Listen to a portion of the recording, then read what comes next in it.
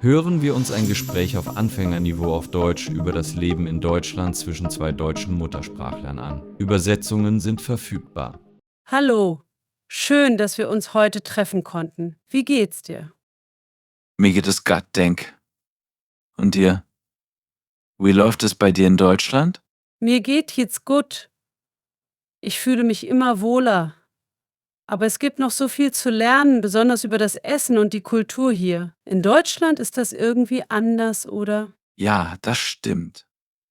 Essen spielt hier eine große Rolle und jede Region hat ihre eigenen Spezialitäten. Hast du schon einige typische deutsche Gerichte probiert? Ja, ich habe schon Bratwurst und Sauerkraut probiert. Ich muss sagen, es schmeckt mir wirklich gut, auch wenn Sauerkraut am Anfang etwas gewöhnungsbedürftig war. Das höre ich oft. Sauerkraut ist sehr typisch für Süddeutschland und Bayern. Es ist sauer, aber in Kombination mit Bratwurst oder Schweinshaxe schmeckt es hervorragend. Und Brot? Hast du das schon probiert? Wir Deutschen lieben unser Brot. Oh ja, das war einer meiner ersten Eindrücke in Deutschland. Ich habe noch nie so viele verschiedene Brotsorten gesehen. Schwarzbrot, Vollkornbrot, Roggenbrot. Es scheint, als könnte man jeden Tag ein anderes Brot essen. Das kannst du tatsächlich. In Deutschland gibt es über 3000 Brotsorten. Bäckereien sind hier sehr beliebt und viele Familien holen am Wochenende frische Brötchen zum Frühstück. Sonntagsfrühstück mit frischen Brötchen, Marmelade und vielleicht einem weichen Ei. Das gehört zur Kultur. Das klingt toll. Ich mag auch, dass die Bäckereien oft kleine Cafés haben, wo man direkt essen kann. Ich sehe auch viele Leute Bier trinken. Ist das auch ein Teil der Kultur? Ja, absolut. Bier ist in Deutschland fast so wichtig wie Brot. Vor allem in Bayern. Bier gehört zu vielen Festen, zum Beispiel zum Oktoberfest. Aber keine Sorge, nicht jeder trinkt hier den ganzen Tag Bier. Es gibt auch viele alkoholfreie Getränke wie Apfelsaftschorle oder Mineralwasser. Apfelsaftschorle habe ich auch schon probiert. Sehr erfrischend. Ich finde auch spannend, dass man hier fast überall Leitungswasser trinken kann. In vielen Ländern ist das nicht so selbstverständlich. Stimmt. Das Wasser in Deutschland ist von sehr guter Qualität. Viele trinken einfach Leitungswasser. Und das Beste, es ist kostenlos in Restaurants. Was ich auch noch gelernt habe, ist, dass Pünktlichkeit hier sehr wichtig ist. Es scheint, als sei jeder Deutsche immer auf die Minute genau pünktlich. Ja, das ist tatsächlich so. Pünktlichkeit wird hier als Respekt angesehen. Es ist unhöflich, zu spät zu kommen, besonders bei geschäftlichen Terminen. Auch in der Freizeit achten viele darauf, pünktlich zu sein. Das gilt auch für den öffentlichen Verkehr. Züge und Busse kommen fast immer pünktlich. Das ist mir aufgefallen. In meiner Heimat ist es normal, wenn Busse oder Züge 10 Minuten Verspätung haben. Aber hier wird das richtig ernst genommen. Wenn der Zug nur 5 Minuten später kommt, beschweren sich schon die Leute. Genau. Pünktlichkeit ist Teil der Effizienz, auf die wir Deutschen viel Wert legen. Alles soll gut organisiert und geplant sein. Das öffentliche Verkehrssystem funktioniert auch deshalb so gut, weil es auf diese Effizienz ausgelegt ist. Du kannst fast überall in Deutschland mit dem Zug, Bus oder der U-Bahn hinkommen. Ich finde das wirklich praktisch. Ich brauche kein Auto, um überall hinzukommen. In vielen Ländern ist das nicht so. Man ist oft auf ein eigenes Auto angewiesen. Stimmt. Hier in Deutschland kannst du auch in ländliche Gegenden mit dem Zug fahren. Natürlich fahren die Züge in kleinen Orten nicht so oft wie in der Stadt, aber es ist trotzdem sehr zuverlässig. Und die Bahnhöfe sind auch gut organisiert. Ich habe das Gefühl, alles läuft hier nach Plan. Das passt ja auch zur Arbeitskultur hier, oder? Ich habe gehört, dass die Deutschen sehr effizient und fleißig sind. Ja, das stimmt. Effizienz und Pünktlichkeit sind nicht nur im öffentlichen Verkehr wichtig, sondern auch bei der Arbeit. Viele Deutsche planen ihre Arbeit sehr genau und achten darauf, die Zeit gut zu nutzen. Aber das bedeutet nicht, dass wir nur arbeiten. In Deutschland ist die Balance zwischen Arbeit und Freizeit sehr wichtig. Das habe ich schon gehört. Es gibt in Deutschland Gesetze, die dafür sorgen, dass man nicht zu viel arbeitet, oder? Ja, genau.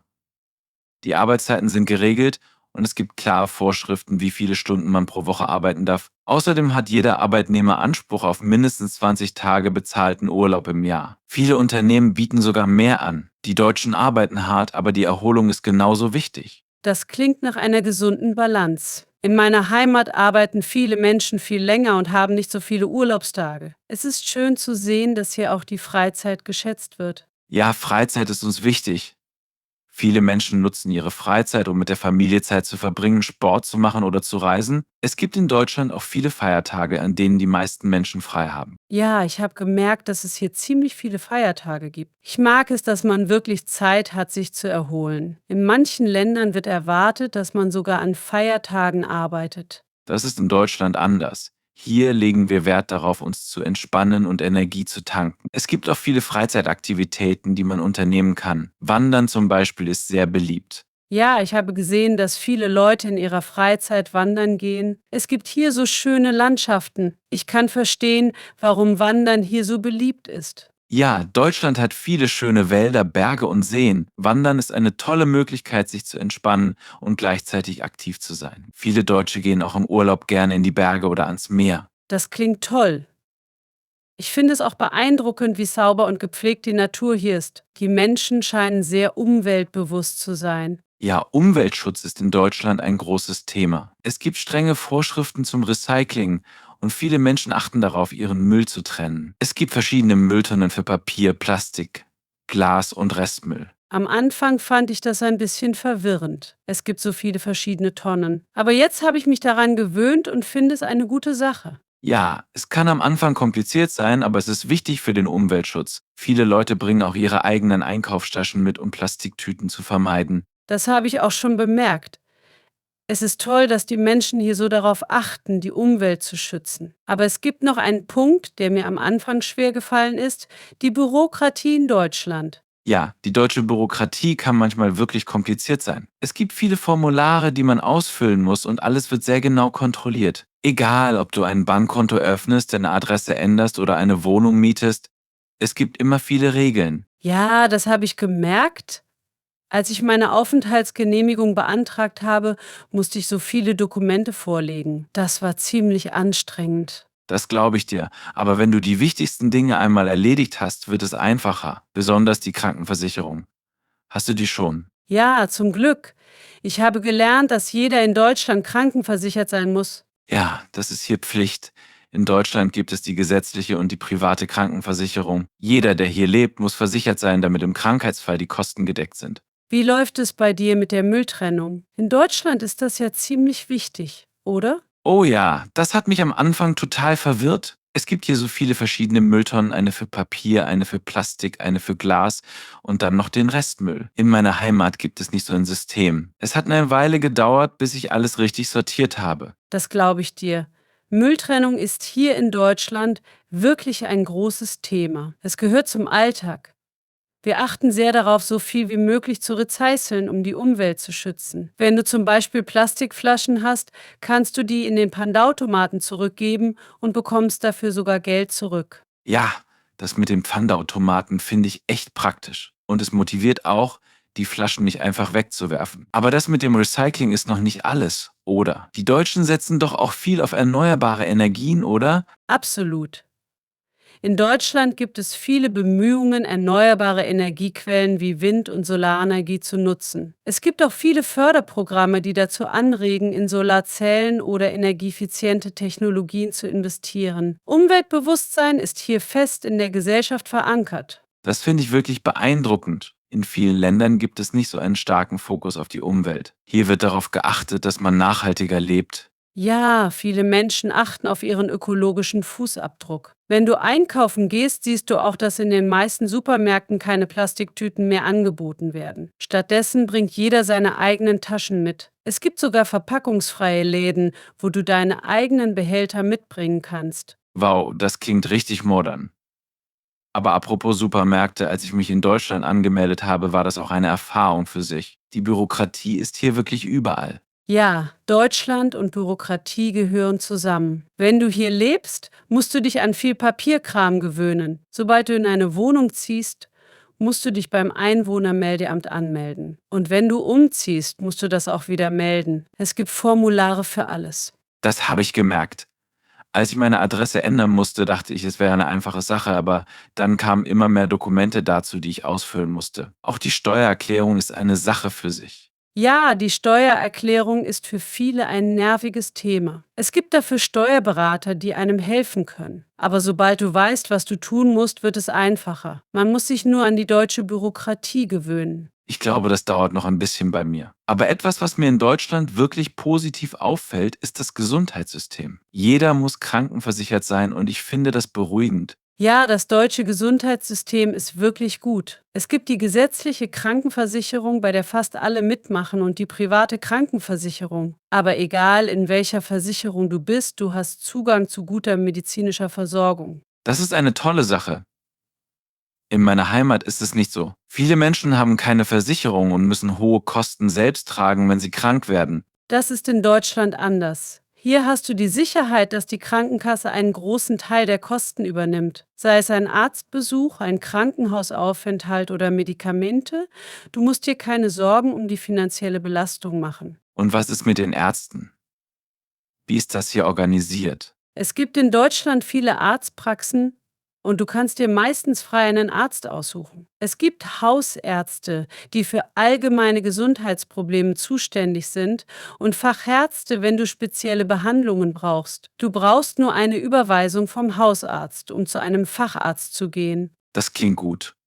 Und die Krankenhäuser? Die Krankenhäuser sind gut ausgestattet, sowohl mit modernen Geräten als auch mit qualifiziertem Personal. Wenn du ins Krankenhaus musst, bekommst du in der Regel eine sehr gute Behandlung. In Deutschland wird viel Wert auf Gesundheit gelegt. Das beruhigt mich wirklich. Aber ich habe auch gehört, dass das Bildungssystem in Deutschland ziemlich gut ist. Stimmt das? Ja, das Bildungssystem in Deutschland ist sehr gut organisiert. Die Schulbildung ist kostenlos und nach der Schule gibt es viele Möglichkeiten. Du kannst zur Universität gehen oder eine Ausbildung machen. Besonders beliebt ist das duale Ausbildungssystem. Duales Ausbildungssystem?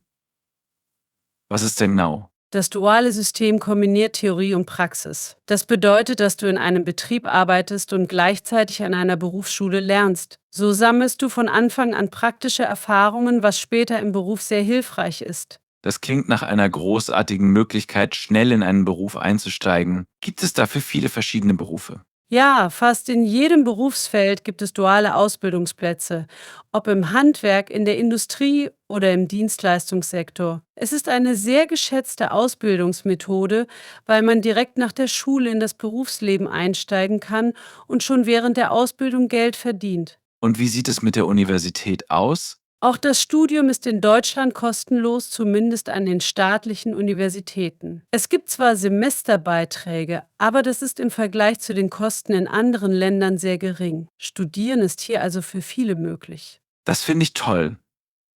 In vielen anderen Ländern kostet ein Studium sehr viel Geld und nicht jeder kann sich das leisten. Ja, das stimmt.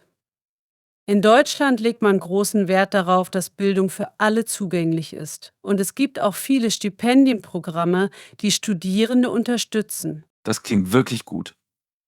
Es scheint, als ob Deutschland in vielen Bereichen sehr gut aufgestellt ist, sei es die Umwelt, das Gesundheitssystem oder die Bildung. Ja, wir haben hier viele Vorteile.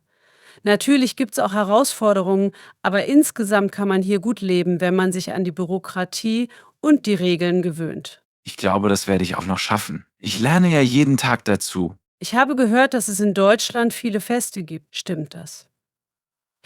Oh ja, das stimmt. Es gibt viele traditionelle Feste und Feiern. Das bekannteste ist wohl das Oktoberfest in München. Es ist das größte Volksfest der Welt und zieht jedes Jahr Millionen von Menschen an. Das Oktoberfest kenne ich. Da gibt es doch viel Bier, oder? Genau, es ist ein großes Bierfest. Aber es gibt auch viele Fahrgeschäfte, traditionelle bayerische Musik und leckeres Essen wie Brezeln und Händel. Die Menschen kommen in Tracht, also in Dirndl und Lederhosen. Es ist wirklich ein Erlebnis. Und was ist mit Weihnachten? Die Weihnachtsmärkte sollen doch auch sehr schön sein. Ja, die Weihnachtsmärkte sind etwas ganz Besonderes. In fast jeder Stadt gibt es im Dezember einen Markt. Dort kann man Glühwein trinken, gebrannte Mandeln essen und handgefertigte Weihnachtsdekorationen kaufen. Besonders bekannt ist der Nürnberger Christkindlesmarkt. Das klingt sehr gemütlich. Gibt es noch andere Feste, die man kennen sollte? In Deutschland gibt es viele regionale Feste. In Köln und anderen Teilen des Rheinlands feiert man zum Beispiel Karneval, der hier sehr groß ist. Es gibt Umzüge. viele Kostüme und eine ausgelassene Stimmung. In anderen Regionen gibt es Weinfeste, besonders in den Weinanbaugebieten. Es scheint, als ob die Deutschen gerne feiern. Aber ich habe auch gemerkt, dass die Menschen hier viel Zeit in der Natur verbringen. Überall gibt es Parks und Wälder. Ja, das ist richtig. In Deutschland gibt es viele grüne Flächen und die Menschen sind sehr naturverbunden. Parks, Wälder und Seen sind überall zu finden. Viele Leute gehen gerne wandern, Radfahren oder joggen. Besonders am Wochenende nutzen viele die Natur, um sich zu erholen. Ja, ich war neulich im Englischen Garten in München. So ein großer Park mitten in der Stadt. Der Englische Garten ist einer der größten innerstädtischen Parks der Welt. Dort kannst du spazieren gehen, ein Picknick machen oder sogar surfen auf dem Eisbach einer künstlichen Welle im Park. Surfen im Park? Das ist ja verrückt. Aber es ist schön zu sehen, wie viele Möglichkeiten es gibt, sich draußen zu bewegen. Ja, und nicht nur in den Städten. Auch außerhalb gibt es viele Naturgebiete. Die Alpen im Süden sind ideal zum Wandern und Skifahren und im Norden gibt es die Nord- und Ostsee. Deutschland hat wirklich viele verschiedene Landschaften. Das finde ich toll. Aber wie sieht es eigentlich mit dem Wohnen aus? Ich habe gehört, dass es in Großstädten wie München oder Frankfurt sehr teuer ist. Das stimmt. In den großen Städten sind die Mieten oft sehr hoch, besonders in München. In kleineren Städten oder ländlichen Gegenden ist es dagegen oft günstiger. Viele Deutsche mieten ihre Wohnungen, anstatt sie zu kaufen. Es ist hier sehr normal, zur Miete zu wohnen. Warum kaufen nicht mehr Leute Häuser? Das hat verschiedene Gründe. Einerseits sind die Immobilienpreise in den Städten sehr hoch und andererseits fühlen sich viele mit dem Mietsystem wohl. Es gibt hier strenge Mietgesetze, die Mieter gut schützen und die Wohnungen sind oft modern und gut ausgestattet. Das ist interessant. In vielen Ländern wollen die Menschen unbedingt ein eigenes Haus haben. Ja, hier ist es anders.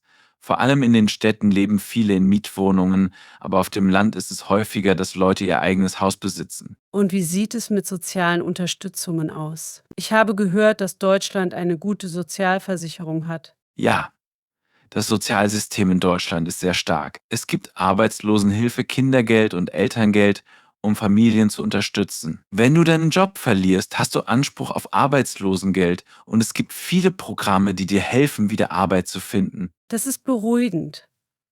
Es scheint, als ob man hier gut abgesichert ist, falls man mal Probleme hat. Ja, das ist ein großer Vorteil. Das System sorgt dafür, dass niemand völlig ohne Unterstützung dasteht. Auch die Elternzeit ist hier sehr großzügig. Eltern können nach der Geburt eines Kindes bis zu 14 Monate zu Hause bleiben und bekommen dafür Geld vom Staat. Wow, das klingt wirklich gut. In vielen Ländern müssen die Menschen schon nach wenigen Wochen wieder arbeiten. Hier wird viel Wert auf Familie und die richtige Balance zwischen Arbeit und Freizeit gelegt. Das zeigt sich auch in den Arbeitszeiten und dem Urlaubsanspruch. Aber wenn du mehr Freiheit willst, kannst du natürlich auch Auto fahren. Was hältst du von den Autobahnen? Die Autobahnen sind ja berühmt. Stimmt es, dass es auf manchen Strecken keine Geschwindigkeitsbegrenzung gibt? Ja, das stimmt. Es gibt Abschnitte auf den Autobahnen, auf denen du so schnell fahren kannst, wie du möchtest. Aber in den Städten ist das Fahren strenger geregelt. Es gibt viele Verkehrsregeln und Blitzer, also sollte man sich daran halten. Das stelle ich mir spannend vor, aber auch ein bisschen gefährlich. Fahren die Leute wirklich so schnell? Nicht immer, aber manche Autofahrer nutzen die freie Geschwindigkeit auf der Autobahn aus. Es gibt allerdings auch viele Abschnitte, auf denen es Geschwindigkeitsbegrenzungen gibt, besonders in stark befahrenen Gebieten oder in der Nähe von Baustellen. Wie ist es, in den Städten Auto zu fahren? Ist es dort schwieriger? In den großen Städten kann es herausfordernd sein, mit dem Auto unterwegs zu sein, besonders wegen des Verkehrs und der Parkmöglichkeiten. Viele Menschen nutzen in den Städten lieber öffentliche Verkehrsmittel oder das Fahrrad. Ja, das habe ich auch gemerkt. In der Stadt fahre ich lieber mit der Bahn oder dem Bus. Es ist einfacher und man muss sich keine Gedanken um einen Parkplatz machen. Genau, deshalb fahren viele Menschen in den Städten gar nicht so oft Auto. Aber wenn du außerhalb wohnst oder lange Strecken zurücklegen musst, ist das Auto natürlich praktisch. In Deutschland ist es auch üblich, für längere Fahrten die Bahn zu nehmen, besonders mit dem ICE, der sehr schnell ist. Ja, ich bin schon einmal mit dem ICE gefahren, das war sehr komfortabel und schnell. Der ICE ist wirklich eine gute Alternative zum Auto. Aber es ist auch ein Teil unserer Kultur, dass wir die Natur schätzen und viele Aktivitäten draußen machen. Mir ist aufgefallen, dass viele Deutsche gut Englisch sprechen. Stimmt es, dass Englisch in Deutschland weit verbreitet ist? Ja, das stimmt. Besonders die jüngere Generation und Leute in der Geschäftswelt sprechen oft Englisch. Viele Deutsche lernen Englisch schon in der Schule. Aber es ist trotzdem wichtig, ein bisschen Deutsch zu lernen, besonders für den Alltag. Ja, das habe ich auch gemerkt.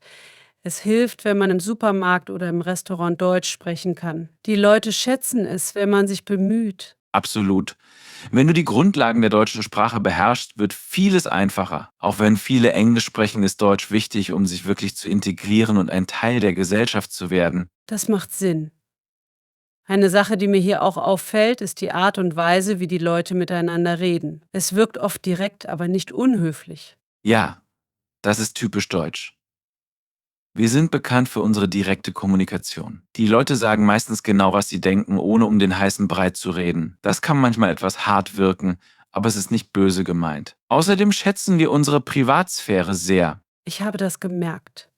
Viele Leute halten sich eher zurück, aber sobald man sie besser kennt, sind sie wirklich freundlich. Genau, wir sind vielleicht etwas reserviert, aber wenn man uns besser kennt, öffnen wir uns. Es dauert nur manchmal ein bisschen. Und noch eine Sache, die mir hier wirklich aufgefallen ist: das strikte System zur Mülltrennung. Es gibt so viele verschiedene Tonnen. Ja, die Deutschen sind sehr streng, wenn es ums Recycling geht. Es gibt Tonnen für Papier, Glas, Plastik und Restmüll. Viele Haushalte haben sogar eine Biotonne für kompostierbare Abfälle. Die Mülltrennung ist hier fest im Alltag verankert. Am Anfang war es schwer, die ganzen Regeln zu verstehen, aber jetzt habe ich mich daran gewöhnt. Es macht Sinn, weil man so viel Müll wieder verwerten kann. Ja, und Deutschland ist stolz auf seine Recyclingprogramme. Es hilft, die Umwelt zu schützen.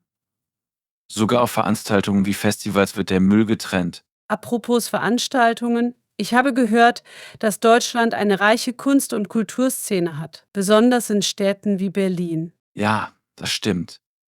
Deutschland hat eine lange Tradition in Kunst, Musik und Theater. In Städten wie Berlin, München oder Hamburg gibt es viele Museen, Theater und Opernhäuser. Berlin ist besonders bekannt für seine lebendige Kunstszene und sein Nachtleben. Das klingt spannend.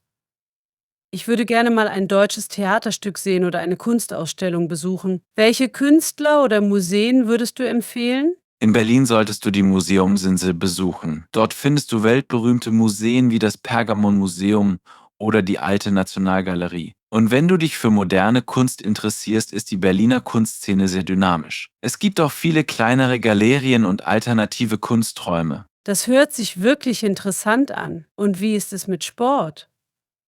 Ich weiß, dass Fußball hier sehr beliebt ist. Oh ja, Fußball ist die Sportart Nummer 1 in Deutschland. Die Bundesliga gehört zu den besten Fußballligen der Welt und fast jeder Deutsche hat einen Lieblingsverein. An den Wochenenden sitzen viele vor dem Fernseher oder gehen ins Stadion, um ihr Team anzufeuern. Das klingt nach viel Spaß.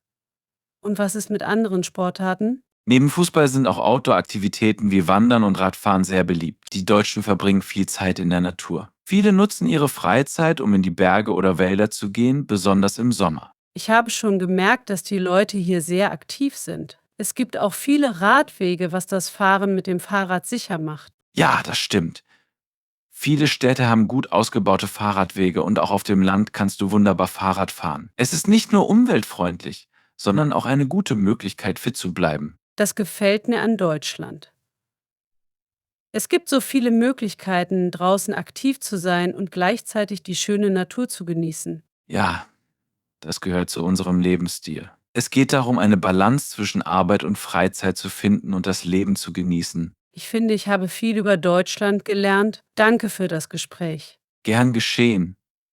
Es gibt hier noch so viel mehr zu entdecken. Ich bin sicher, du wirst dich weiterhin gut einleben und Deutschland noch besser kennenlernen. Ich hoffe es.